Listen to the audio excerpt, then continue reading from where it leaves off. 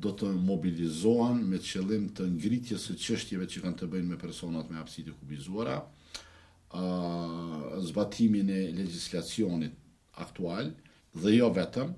Kur them dhe jo vetëm, e në kupton që duhet të nxirren edhe ligje të tjera, edhe akte të tjera nënligjore, me qëllimin kryesor për mbushjen e të drejtave të personave me hapësi të kufizuara, në krahasim me situatën apo dokumentet apo praktikat e tjera ndërkombëtare si në Evropë si në botë.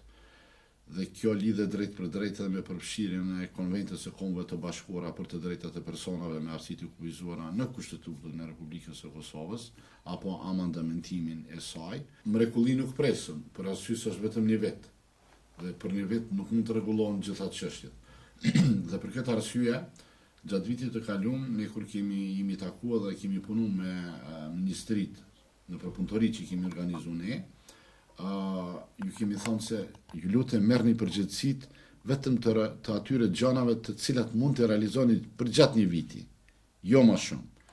Dhe ato ministri janë zotuar dhe qeveria e ka marrë në konsiderat zotimin e ministrive për këtë kalendar të këtyre aktiviteteve të këtyre zotimeve.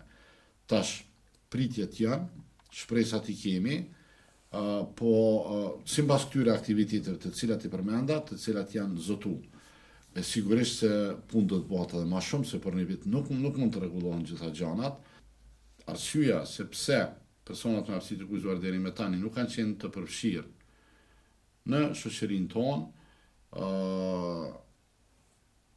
dalin 3 shkaktar, apo janë 3 shkaktar. E para është paragjykimet që ekzistojnë në shoqërinë ndaj personave me hapësi të kufizuara, të cilët shkaktojnë frikë, izolim të vetë personat me hapësi të kufizuara, për arsye se ende ka nevojë të ngritet vetdia, edhe pse sa i përket vetëdijësimit jemi ka shkojmë goxha mirë.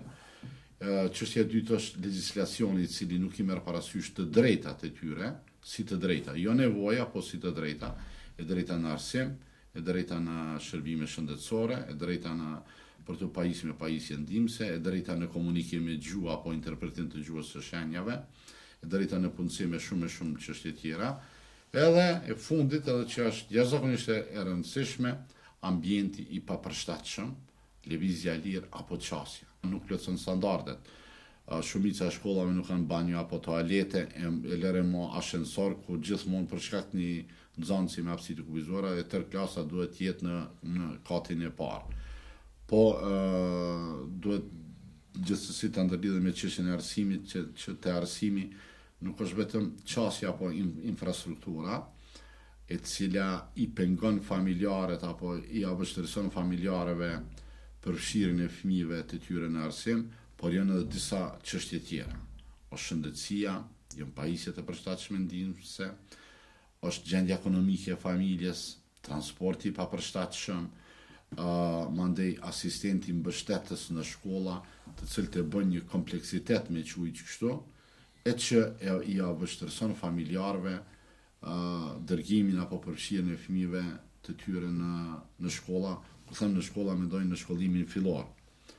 Sa përket mësimit të mesëm apo të lartë, ajo është një gjendje me të vërtet katastrofike sa përket qasjes, ku asnjë fakultet në Universitetin e Prishtinës nuk plotëson standardet e qasjes për studentët me hapësi të kufizuara. Ama bash asnjë.